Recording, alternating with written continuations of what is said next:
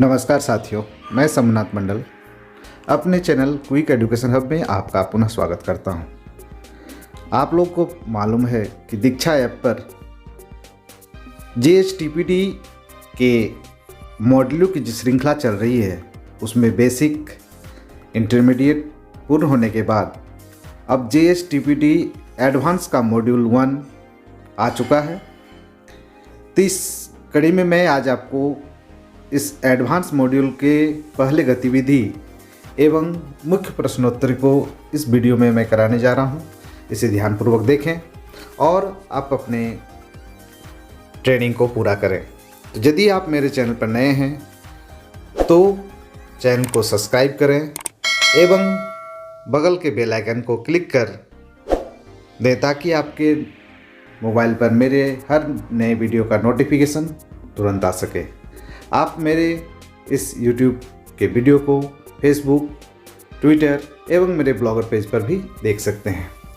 तो चलें आज के JHTPT एडवांस के पहले मॉड्यूल और मुख्य प्रश्नोत्तरी के वीडियो पर। JHTPT एडवांस के पहले कोर्स की पहली गतिविधि है लंबाई का आकलन। तो चलें इस गतिविधि को करते हैं।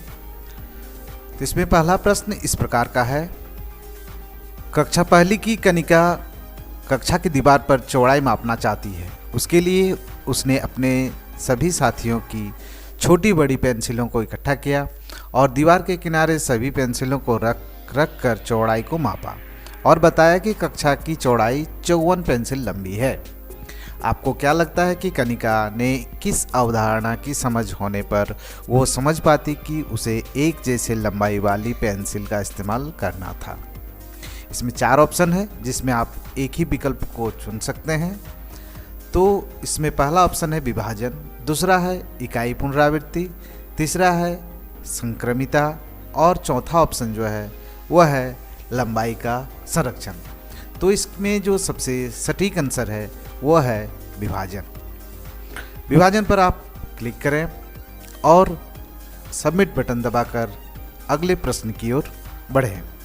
अगला प्रश्न जो क्वेश्चन नंबर 2 है वो इस प्रकार है, कक्षा पहली की अध्यापिका सलमा जी ने लंबाई की शुरुआत एक गतिविधि से कराई जिसमें उन्होंने कक्षा के सभी बच्चों को जूते एक दूसरे से बदलकर पहनने को कहा। उसके बाद अध्यापिका ने सभी को बताने के लिए बोला कि जो बच्चे जूते पहन पाए वो क्यों पहन पाए और जो नहीं उसके क्या कारण हो सकते हैं। आपको क्या लगता है सलमा जी का एक गतिविधि कराने के पीछे क्या उद्देश्य होगा?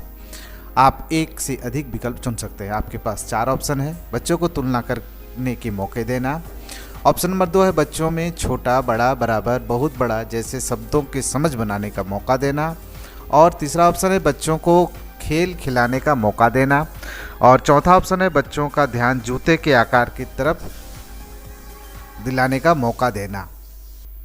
तो इन ऑप्शन में जो आपका सबसे सटीक ऑप्शन है वह है ऑप्शन नंबर 1 और ऑप्शन नंबर 2। इन दोनों पर क्लिक करें और सबमिट बटन दबाकर अगले प्रश्न की ओर बढ़ें। अगला प्रश्न जो क्वेश्चन नंबर 3 है वह है, कक्षा दूसरी की शिक्षक जूही जी कक्षा में सभी बच्चों के सामने एक चुनौती रखी जिसमें बच्चों को एक बराबर में 3 बच्चों में से पता करना था कि कौन सबसे लंबा है। लेकिन तुलना सिर्फ 2 बच्चों के बीच ही की जा सकती थी और 2 मौके में ही पता करना था कि उस समूह में सबसे लंबा कौन है। आपको क्या लगता है कि ये गतिविधि बच्चों के किस कौशल को विकसित करने में मदद करेगी? आप एक ही विकल्प को चुन सकते हैं। आपके पास ऑप्शन नंबर 4 हैं। पहला है विभाजन, दूसरा संरक्षण, तीसरा संक्रमिता और चौथा जो है वह इकाई पुनरावृत्ति। तो इसका जो सबसे सटीक आंसर है वह है आपका संक्रमिता, जिसके सहारे बच्चे सिर्फ 2 ही मौके पर ये पता लगाने में सफल हो सकते हैं। तो इसे सबमिट बटन दबाएं और अगले प्रश्न की ओर बढ़ें। अगला प्रश्न है, कक्षा 3 के शिवम को परीक्षा पत्र में एक रेखा को मापने का सवाल मिला लेकिन उसका स्केल 2 सेंटीमीटर तक टूटा हुआ था, इसलिए उसने 4 सेंटीमीटर लंबी रेखा को 6 सेंटीमीटर लंबा बताया। आपको क्या लगता है कि इसका क्या कारण हो सकता है? आप एक से अधिक विकल्प चुन सकते हैं। इसमें ऑप्शन है शिवम जानता है कि वे टूटे हुए स्केल से मापा नहीं जा सकता है, दूसरा ऑप्शन है शिवम केवल स्केल की आखिरी संख्या को पढ़ने पर ध्यान देता है। तीसरा ऑप्शन है शिवम अभी लंबाई की छोटी इकाइयों में देखकर नहीं समझता है। और चौथा ऑप्शन है शिवम को अभी स्केल का इस्तेमाल करना नहीं आता है। तो इसमें जो सबसे सटीक आंसर है वह है दूसरा और तीसरा। शिवम केवल स्केल की आखिरी संख्या को पढ़ने में ध्यान देता है और शिवम अभी लंबाई की छोटी इकाई को देखकर नहीं समझता है। इसे क्लिक करें और सबमिट बटन दबाकर अगले प्रश्न की ओर बढ़ें। अगला प्रश्न है, दिवाली के समय कक्षा 3 की शिक्षिका ने बच्चों को कक्षा सजाने के लिए बोला। शिक्षिका ने बच्चों को झालर और रिबन को अपनी अंगुलियां बलिष्ठ में मापने के लिए प्रोत्साहित किया। आपको क्या लगता है कि ऐसा करने से बच्चों को लंबाई मापन की समझ बनाने में क्या फायदा मिलेगा? आप एक से अधिक विकल्प चुन सकते हैं। आपके पास ऑप्शन है, चीज़ों की लंबाई का बेहतर अंदाजा लगा पाएंगे, इकाइयों के बार बार इस्तेमाल को समझ पाएंगे, लंबाई मापन की मूल क्रिया को समझ पाएंगे, और चौथा ऑप्शन है, इकाइयों का समान होना जरूरी नहीं है ये समझ पाएंगे। तो आपके जो सबसे सटीक ऑप्शन है वह है 3, पहला, दूसरा और तीसरा। ये तीनों ऑप्शन आपका सही है। इसमें क्लिक करें और सबमिट बटन दबाकर अगले प्रश्न की ओर बढ़ें। अगला प्रश्न है, कक्षा 3 की अध्यापिका तबसुम जी ने बच्चों को 1 सेंटीमीटर का क्यूब दिखाकर बताया कि क्यूब के सभी आयाम 1 सेंटीमीटर लंबे हैं। इसके बाद स्केल दिखाकर बताया कि स्केल का 1 सेंटीमीटर और क्यूब की लंबाई दोनों बराबर है। इसके बावजूद भी बच्चों ने स्केल से चीज़ों की लंबाई मापते समय कई गलतियां की। आपको क्या लगता है कि इन गलतियों के क्या कारण हो सकते हैं? आप एक से अधिक विकल्प चुन सकते हैं। इसमें 4 ऑप्शन है। बच्चों को केवल सेंटीमीटर का क्यूब दिखाकर उसके बारे में बताया गया है, उसकी ज़रूरत को महसूस नहीं किया गया। ऑप्शन नंबर 2 है, बच्चों को अपने स्केल बनाने का मौका नहीं दिया गया। ऑप्शन नंबर 3 है, बच्चों को स्केल के हर सेंटीमीटर में उस क्यूब को रखकर नहीं दिखाया गया कि सभी सेंटीमीटर आपस में बराबर हैं। और आखिरी ऑप्शन है, बच्चों का सीखते समय ऐसी गलती करना स्वाभाविक है। तो इसमें जो सबसे सटीक ऑप्शन है वह है ऑप्शन नंबर 1 और ऑप्शन नंबर 2। आप दोनों में क्लिक करें और सबमिट बटन दबाकर अगले प्रश्न की ओर बढ़ें। अगला प्रश्न है, कक्षा 3 के अमन ने 1 मीटर स्केल से मापते हुए एक मेज की लंबाई 1 सेंटीमीटर लिखी क्योंकि उसके स्केल के आखिरी संख्या को पढ़ा। अध्यापिका ने सेंटीमीटर की ओर इशारा करते हुए अमन के कई बार प्रश्न किया कि क्या मेज की लंबाई 1 सेंटीमीटर हो सकती है। तब भी अमन ने नहीं समझ पाया कि मेज की लंबाई 1 सेंटीमीटर नहीं हो सकती। आपको क्या लगता है कि अमन किस समझ की कमी की वजह से ये गलती कर रहा है? आप एक ही विकल्प को चुन सकते हैं।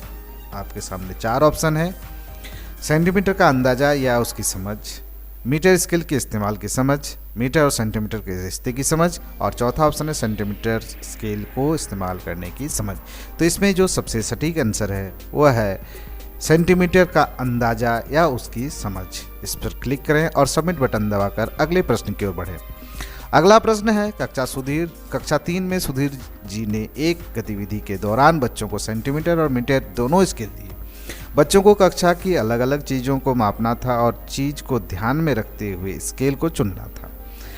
इसी कक्षा की मुन्नी ने डस्टर की लंबाई मापने के लिए सेंटीमीटर स्केल को चुना और डस्टर की लंबाई को सही मापा। दरवाजे की लंबाई मापने के लिए उसने सेंटीमीटर स्केल को चयन किया। आप मुन्नी की समझ के बारे में क्या कह सकते हैं? सबसे सटीक विकल्प चुनकर उत्तर दीजिए। आप एक ही विकल्प को चुन सकते हैं। इसमें भी 4 ऑप्शन है। मुन्नी मीटर और सेंटीमीटर के बीच रिश्ता समझती है। मुन्नी अभी मापना नहीं जानती है। मुन्नी की कक्षा में केवल सेंटीमीटर स्केल से ही परिचित कराया गया है। मुन्नी नहीं समझती है कि वह छोटी और बड़ी इकाई का इस्तेमाल ठीक करेगा।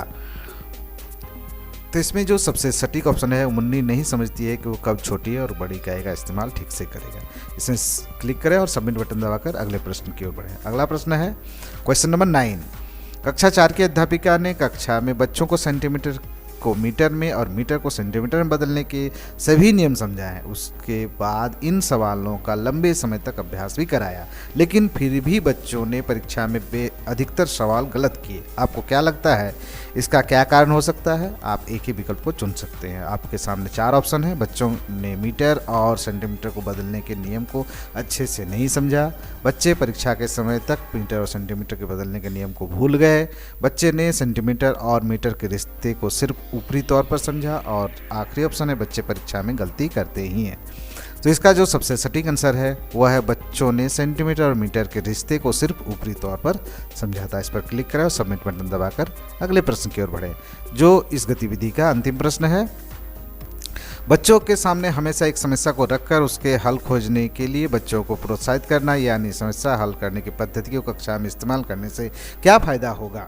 आप एक से अधिक विकल्प चुन सकते हैं। इसमें पहला ऑप्शन है, सभी बच्चों को समस्या हल खोजने में मज़ा आता है। बच्चे एक दूसरे को गलत साबित कर पाते हैं। बच्चे को एक समस्या के कई हल खोज पाते हैं। बच्चे समस्याओं को अलग अलग नज़रिए से देख पाते हैं। तो इसका जो सबसे सटीक आंसर है वो है बच्चों एक समस्या को कई हल खोज पाते हैं। और आखिरी ऑप्शन है, बच्चे समस्याओं को अलग अलग नज़रिए से देख पाते हैं। दोनों में क्लिक करें और सबमिट बटन दबाकर इस गतिविधि को समाप्त करें। अब हम लोग चलते हैं JSTPD एडवांस के पहले मॉड्यूल के मुख्य प्रश्नोत्तरी पर। तो इसका जो सबसे पहला प्रश्न है वह है, आपकी स्क्रीन पर कुछ गतिविधियां दी गई है और उसके साथ समझ से पढ़ने के स्तर भी सही गतिविधि और उस जुड़े समझ से पढ़ने के स्तर का चुनाव करें। इसमें 3 ऑप्शन है। पाठ के इस अनुच्छेद को पढ़कर तुम्हारे दिमाग में जो तस्वीर बनती है उसे अपने साथी के साथ बांटो। अनुमानिक स्तर। आपके अनुसार इस कहानी में आगे क्या होगा। शाब्दिक स्तर।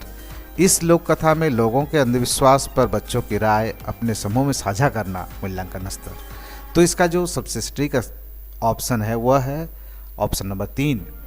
इस लोक कथा में लोगों के अंधविश्वास पर बच्चों की राय आपके समूह में साझा करना, ये मूल्यांकन स्तर है। तो इस पर क्लिक करें और अगले प्रश्न की ओर बढ़ें। अगला प्रश्न है, कक्षा दूसरी की शिक्षिका अनु जी ने कक्षा में सभी बच्चों के सामने एक चुनौती रखी, जिसमें बच्चों को एक बार में 3 बच्चों में से पता करना था कि कौन सा बच्चा सबसे लंबा है, लेकिन तुलना सिर्फ 2 बच्चों के बीच की जा सकती है और 2 मौके के पता करना है। इस समूह में सबसे लंबा कौन है। आप इस एरो बटन पर क्लिक करके पूरा प्रश्न को पढ़ें और इसके ऑप्शन पर ध्यान दें। विभाजन, संरक्षण, संक्रामिता और इकाई पुनरावृत्ति। तो इसमें जो सबसे सटीक आंसर है वो है संक्रामिता। इस पर टिक करें और अगले प्रश्न की ओर बढ़ें। अगला प्रश्न है, मोहन जी की कक्षा में पानी की भरी हुई बोतल, ब्लॉक्स, बटन, किताब, डस्टर, पानी वाले रंगों के डिब्बे, लंच बॉक्स जैसी चीज़ें बच्चों के सामने रखकर उनके सामने वजन के क्रम में लगाने को कहा। समीरा ने इसके भार के अनुसार बढ़ता हुआ क्रम लिखा। आप इस फिर एरो बटन पर क्लिक करके पूरा प्रश्न को पढ़ें और आप अपना ऑप्शन को चुनें। वस्तुओं के बीच रंग के आधार पर तुलना की, वस्तुओं के किसी एक आधार पर तुलना नहीं की, वस्तुओं के आकार के आधार पर तुलना की और आखिरी ऑप्शन है वस्तुओं के आकार के आधार पर तथा देखकर तुलना की। तो इसमें जो सबसे सटीक आंसर है वो अंतिम ऑप्शन है, वस्तुओं के आकार के आधार पर देखकर तुलना की। इस प्रकार इसमें 3 क्वेश्चन ही थे, तीनों का आंसर दिए हम लोग। अब इसे सबमिट बटन दबाकर हमारे स्कोर को जांचते हैं। तो इसमें हम लोग का जो स्कोर 3/3 है। तो इस तरह आप भी अपना स्कोर को इम्प्रूव करें। वीडियो देखने के लिए आपका बहुत बहुत धन्यवाद।